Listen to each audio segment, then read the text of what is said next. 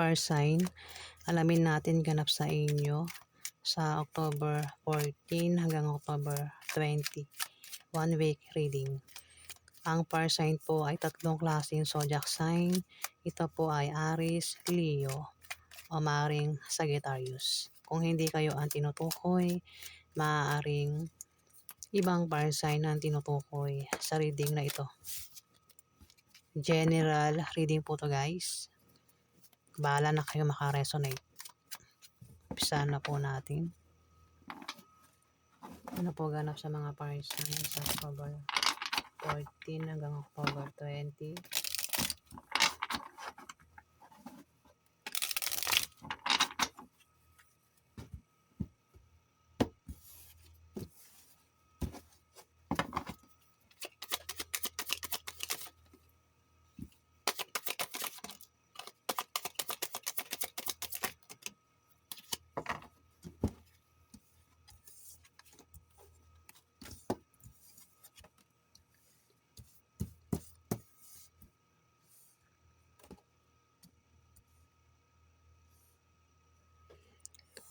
Fire sign merong Capricorn, Virgo, Taurus dito. Ito yung taong mahilig sumuporta. Pwedeng ikaw yung sinusuporta kanya o ikaw yung sumusuporta sa kanya dito sa pera. At pwedeng ikaw ay makatanggap ng pera. Ayan, fire sign. Kung hindi man, pwedeng baka ikaw yung magbigay ng pera sa kanya. Dito may 10 of coins. Meron ka raw hindi inaasahang paglago ng kaperahan sa 1 week na yan, fire sign. Pwedeng ito ay lump sum, trust funds, inheritance, solid foundation, privilege, ancestry. Kung meron ka negosyo, may paglago sa 1 week na yan. Meron din pag-ani.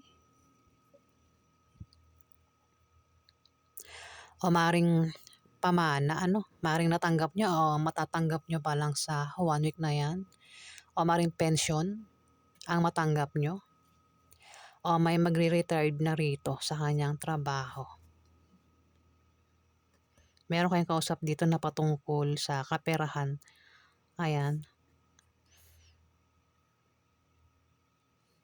Kumbaga, wala kayong problema sa pera,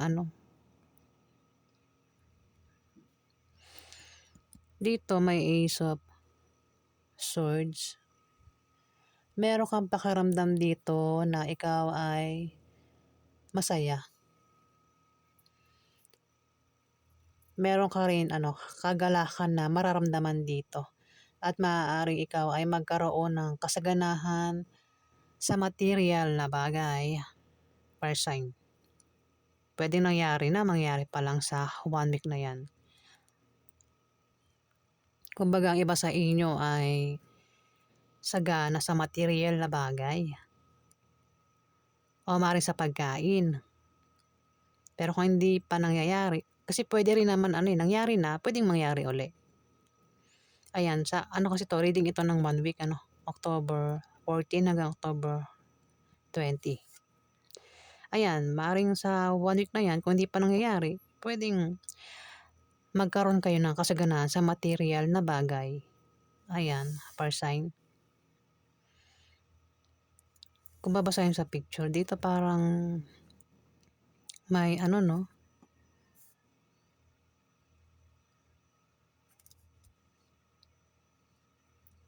parang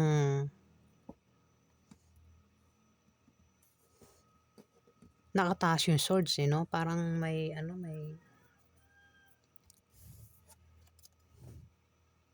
kung may atake, tama ba? Mamaya na. Buuin muna natin, Dito may 5 of Swords. Merong may nawala na o mawawala pa lang. Pwedeng gamit o tao. Ayan, fire sign. Kung nangyari na, pwedeng may nawala na sa'yo na importante sa'yo na gamit na sobrang ikinalungkot mo. Kung hindi gamit, tao. Pwedeng ito'y nag-away kayo't nagkahiwalay.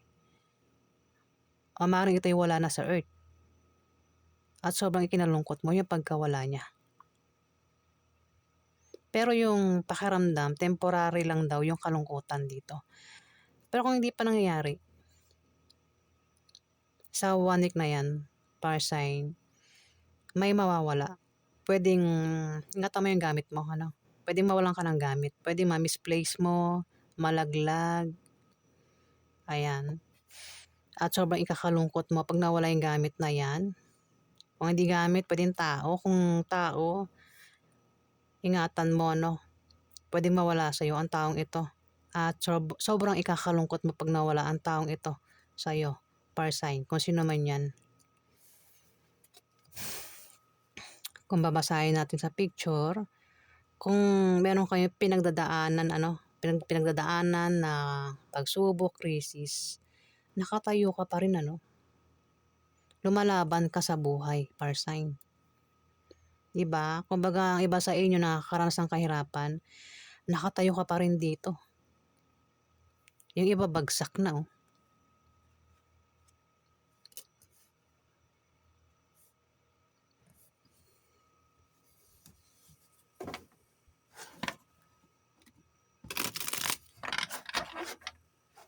Kumbaga, ang iba suko na, no, sa buhay, pero ikaw, lumalaban ka pa rin dito, par sign. Hirap ka na pero patuloy pa rin lumalaban ka sa buhay.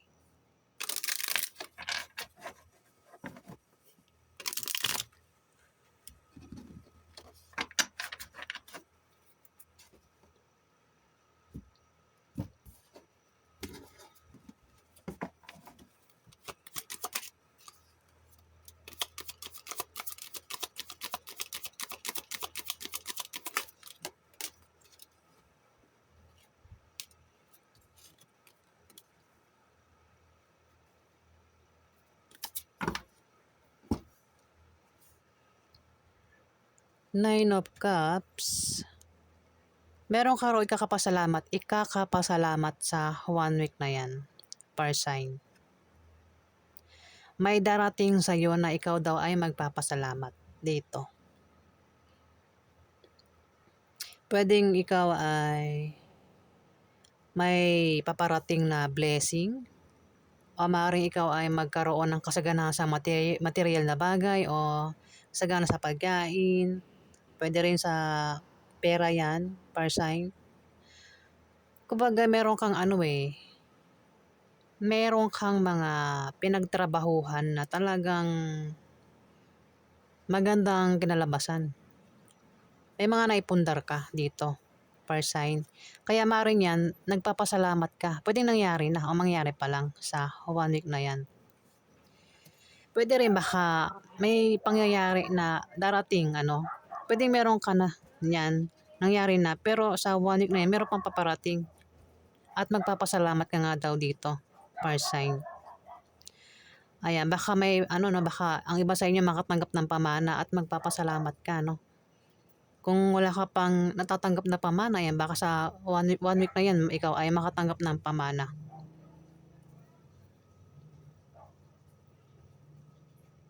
Ayan, meron nga daw kaganapan dito na ikaw ay magpapasalamat, par sign. Dito, Page of Cups. May darating na okasyon. Ay, hindi. Meron ka raw inaasahang balita na paparating, par sign. O meron kang inaantay na kaibigan na maaaring makatulong sa'yo. Pwedeng ang zodiac sign niya ay isang earth sign, Capricorn, Virgo, Taurus, o siya yung nag-aantay dito sa'yo na maaaring makatulong sa kanya. Ayan.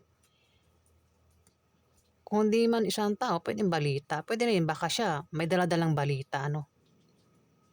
Ayan. Meron ka rin daw rito, no, na parang gusto mong pakawalan. Pinag-iisipan mo kung gusto mong pakawalan o hindi. Iwan o hindi. Ayan, par sign. Ikaw lang nakakaalam. Kung hindi man ikaw yan, may taong ganyan. Kasi tumapat yung earth sign dito. May 3 of coins dito. may darating na dagdag trabaho o puwedeng dagdag kaalaman. Puwede rin na ikaw ay maging busy sa trabaho mo o sa negosyo mo. Kung meron kayong proyektong ginagawa, may teamwork. Yun nga sabi ko, magiging busy ka 'no sa 1 week na 'yan, maaaring sa trabaho mo, sa negosyo mo, o maaaring sa bahay niyo at may pagtutulungan dito. Ayan, par sign.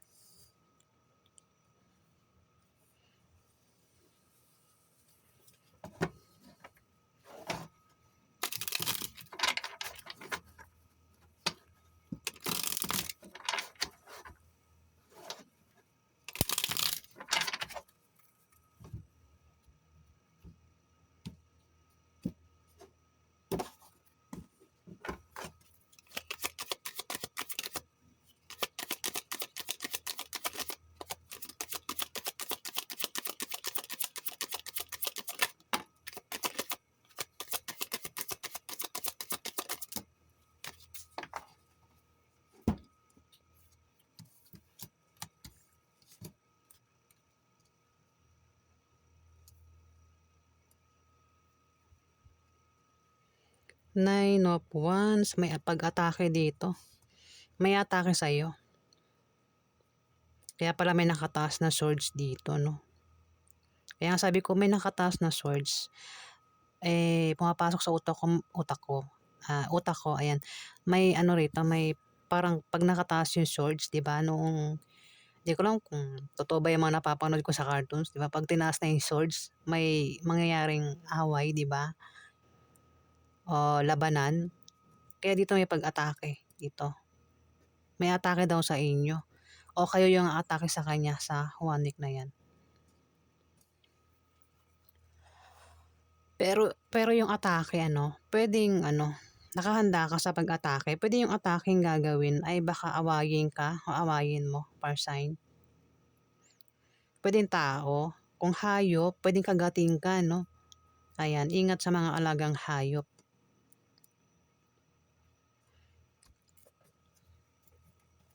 Puwedeng makasalubong mo sa daan yung hayop na 'no, puwedeng aso o kung ano man yung klaseng hayop na nangangagat. Ayan, ingat sa mga hayop na nangangagat dito 'no.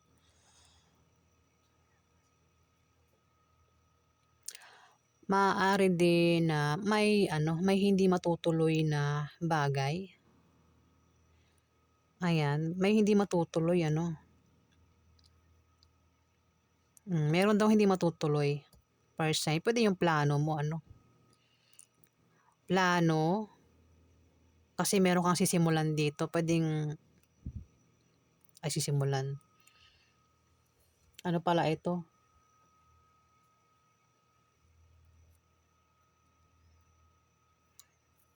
puwedeng balita. Basta may hindi raw ano, may hindi raw, teka lang mablanko na ako,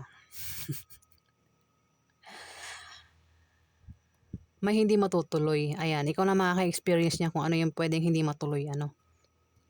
Ingat ka rin daw sa sakit, ayan, par sign. Sa 1 week na 'yan, puwede ikaw yung magkasakit o member ng pamilya mo magkasakit dito.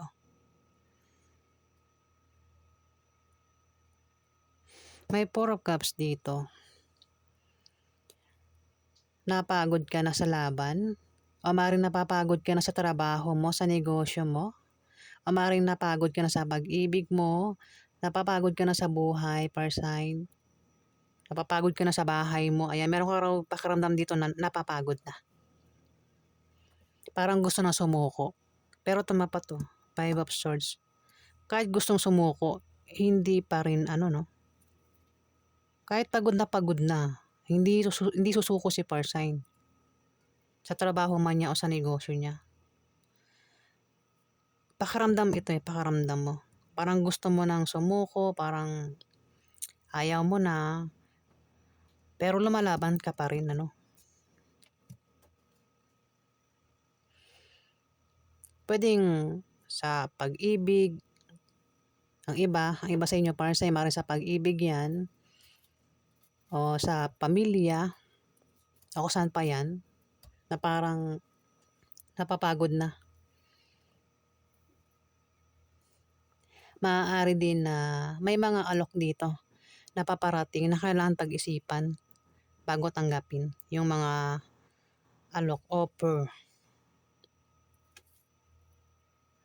Baka hindi nyo rin tanggapin, no? Ang iba sa inyo, baka hindi nyo tanggapin yung offer. Meron kang kutob eh. Malakas yung kutob mo at intuition mo sa 1 week na yan, par sign. Ayan, pakinggan mo. Kasi maaaring tama yung kutob mo. Kung may offer na paparating, pwedeng kutoban ka dyan. At maaaring tama yung kutob mo. Pwedeng yung kutob mo dyan masama o mabuti. Pwede rin na may makaka-impluwensya sa'yo dito, babae. O ikaw yung makaka-impluwensya sa kanya sa 1 week na yan.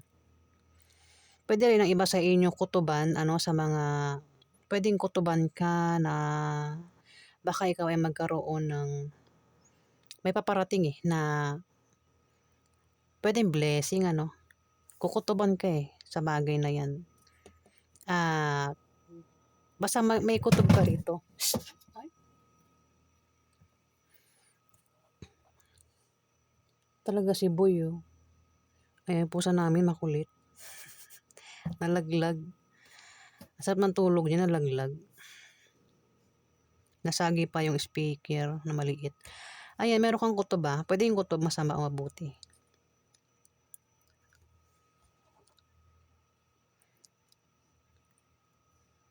Pwede yung offer, di ba? May alok na offer.